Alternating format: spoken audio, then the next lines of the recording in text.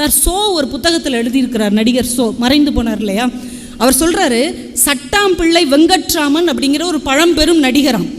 அவங்க அம்மா இறந்து போயிட்டாங்க, அடக்கம் பண்ணுறதுக்கு கூட காசு இல்லை. புரட்சி தலைவரை தேடி ஓடி வர்றாரு, பரிதாபமாக நிற்கிறார், அம்மா இறந்து போயிட்டாங்க, கையில் காசு இல்லைன்னு. தலைவர் அவசரமாக வெளியில் எங்கேயே கிளம்புனவர் அந்த அவசரத்துலேயும் நின்று திரும்பி சொல்கிறாரு, வெங்கட்ராமன் கேட்குற பணத்தையும் கொடுத்துருங்க, அவன் போகிறதுக்கு ஒரு வேனையும் கொடுத்துருங்கன்னு சொல்லிட்டு போகிறார். இது பெருசு இல்லைங்க. இதை வெங்கட்ராமன் சோ கிட்ட எப்படி சொன்னாருன்னு சோ பதிவு செய்கிறார். வீட்டில்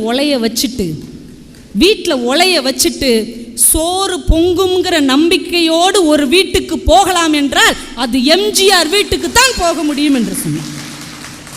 அதுக்கு பின்னாடி ஒரு பெரிய சோக வரலாறு இருக்குதுங்க. அவங்க குட்டி பசங்களாக இருக்கும்போது சாப்பிட்றதுக்கு சோறு இருக்காதாங்க, அவ்வளவு வறுமை.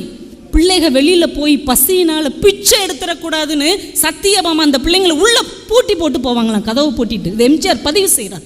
ஒரு நாள் நேருவுக்கு எதிராக ஒரு கருப்பு கொடி போராட்டம் நடந்து நைட்டு 2 மணிக்கு இவங்க கைது செய்யப்படுறாங்க, எம்ஜிஆரும் எஸ்எஸ்ஆரும். அங்கே சிறைச்சாலையில் இப்போ தானே கோழிக்கறியெல்லாம் போடுறாங்க. அப்போ சாதாரண சோறு லைட்டாக புழுவெல்லாம் மிதக்குது அதில். உடனே எஸ்எஸ்ஆர் சொல்கிறார், இதை எப்படி சாப்பிட்றது? எம்ஜிஆர் லேசான புன்னகையோடு கலங்கிய கண்களோடு அவரை பார்த்து சொன்னார், ஒருவேளை இந்த சாப்பாடை பார்த்து நீ அதிர்ச்சி அடைகிற, ஆனால் 3 வேளையும் நாங்கள் இப்படி புழு நெளிகிற சோறை தான் ஒரு காலத்தில் சாப்பிட்டுக்கிட்டு இருந்தோம்னு சொன்னாரே. பழசை மறக்காத அந்த மனம்தான் சார் யார் பசிச்சாலும் ஓடி போய் சோறு போட சொன்னது. மனிதர்களில் எத்தனையோ நடிகர்கள் இருக்கலாம், ஆனால் நடிகர்களில் இருந்த ஒரே மனிதனுக்கு பெயர் எம்ஜிஆர் என்று பெயர். வைகையாரும் பொன்னியாரும் கூட வற்றி போகலாம், ஆனால் எங்கள் இதயத்தில் வற்றாத ஒரே வரலாறு அதுதான் எம்ஜிஆர். காரணம் கருணை சார்.